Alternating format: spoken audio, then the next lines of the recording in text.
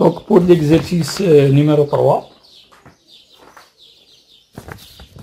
donc il s'agit de, bien sûr, calcul des probabilités.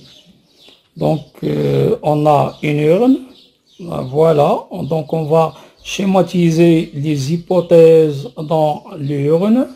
Donc, on dispose, bien sûr, 3 boules, donc on a 3 boules blanches, donc 3 boules blanches, B, et nous disposons de 3 boules vertes, et 3 boules vertes.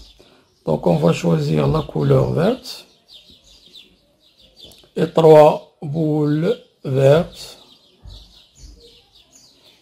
et bien sûr, et 4 boules rouges. Et 4 boules rouges. Donc, on tire de cette urne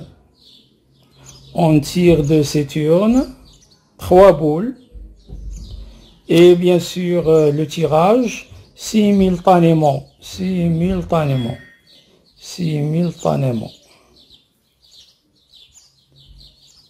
Bien sûr, on a insisté dans la classe pour que l'élève donne beaucoup d'importance au nombre de boules tirées et la nature du tirage. C'est très important. Donc, puisque le tirage est simultané, donc 2 choses à retenir. L'ordre n'est pas important. Donc, il ne faut pas en tenir compte. N'est pas important. Voilà la première des choses. La deuxième des choses, on utilise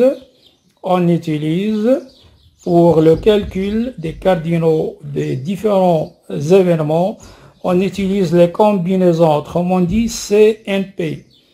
Mais est-ce que cela est suffisant? Non. Donc on a besoin, bien sûr, que j'appelle moi la calculatrice du dénombrement. C'est le principe fondamental du dénombrement, ou bien qu'on appelle aussi le principe du produit. Donc ce sont les choses qu'il faut insister si on veut bien sûr calculer correctement, bien sûr, les probabilités. Donc on va commencer par calculer la probabilité de l'événement 1, donc calcul de PA. Calcul de la probabilité de l'événement A. Donc, puisque toutes les éventualités ont même probabilité, autrement dit, on se trouve dans le cas de l'équiprobabilité, donc on va travailler avec la règle principale, PA, la probabilité de A est égale cardinal A sur cardinal oméga. Donc, or, l'événement, c'est ne tirer aucune boule rouge. Autrement dit, égal cardinal. Donc, les 3 boules ne sont pas rouges. Donc, R bar. Sur cardinal oméga. Donc, c'est le nombre de combinaisons de 3 parmi les boules qui ne sont pas rouges. Bien sûr, les boules qui ne sont pas rouges, il faut supprimer les rouges. Il nous reste 6. Sur C3, 10. Et un petit calcul en utilisant la calculatrice, bien sûr, nous trouvons facilement un 6e. Donc voilà la réponse à la première question. Maintenant, on va passer à la deuxième question. Calcul de la probabilité de l'événement B. Alors là, il faut bien analyser les choses. Donc, l'événement B, donc, on peut l'écrire, c'est la réunion. C'est B1 union B2. Pourquoi? Parce que tirer 3 boules blanches ou, donc le ou exclusif, bien sûr, nous donne d'utiliser l'union ou bien la réunion des 2 événements avec B1, bien sûr, c'est l'événement, donc tirer 3 boules blanches,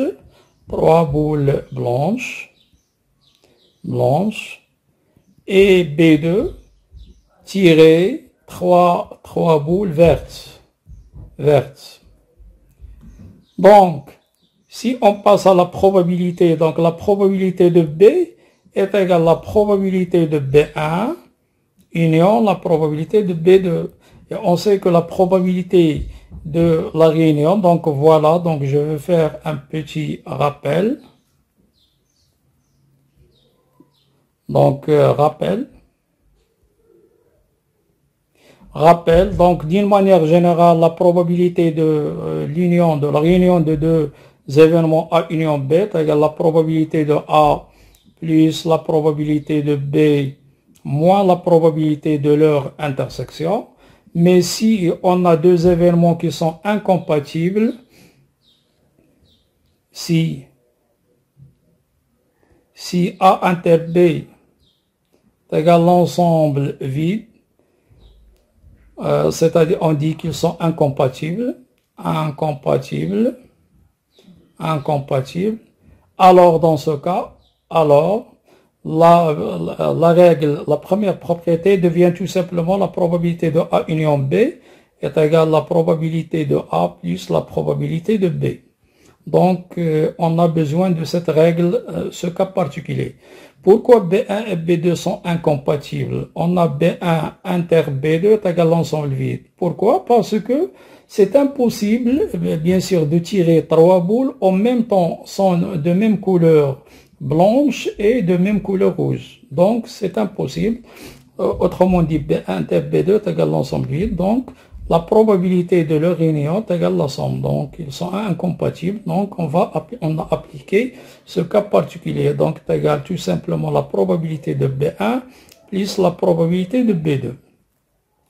Et de ce fait, donc, on déduit facilement que la probabilité de B est égale, donc, tirer 3 boules blanches C3-3 sur C3-10 plus C3-3 C3-10. Et cela, Cnn est égal à 1, donc nous aurons 2 sur C3-10. Et le résultat final, bien sûr, donc nous aurons bien sûr 1 sur, ou bien je vais effectuer le calcul. Donc l'élève, bien sûr, va utiliser la calculatrice. Donc c'est 10 fois 9 fois 8 sur 6. Donc ça donne 2. Si on va simplifier, il nous reste 5, 15. 15, bien sûr, fois 8, on simplifie par 2. Donc c'est 1 sur 60. Donc voilà la probabilité de l'événement B.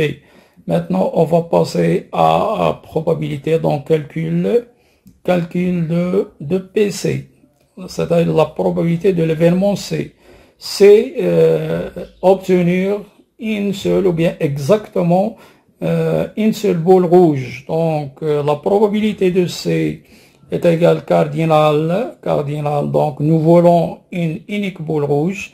Les deux autres donc ne sont pas rouges, donc R bar sur C3 sur C3-10, et on va appliquer bien sûr le principe du produit. Donc combien j'ai de façon différente d'obtenir une combinaison à un seul élément parmi les boules rouges qui sont en nombre 4 fois le nombre de façons différentes pour tirer deux boules qui ne sont pas rouges parmi les boules qui ne sont pas rouges.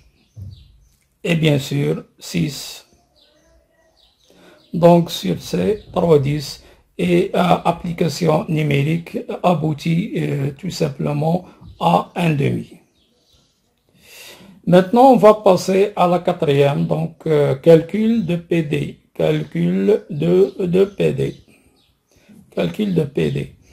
Dès ce l'événement, bien sûr, obtenir au moins deux boules rouges, donc au moins, autrement dit, soit uniquement deux boules rouges, soit 3. Donc on a la probabilité de D est égale, donc on va analyser cet événement, donc c'est cardinal, les éventualités qui contiennent exactement deux boules rouges et la troisième n'est pas rouge, plus le nombre d'éventualités qui contiennent exactement 3 boules rouges, RRR, sur C3-10. Donc est égal, donc d'après le principe du produit, c'est C2 parmi les boules rouges 4 fois C1 6, plus C3 4 sur C3-10.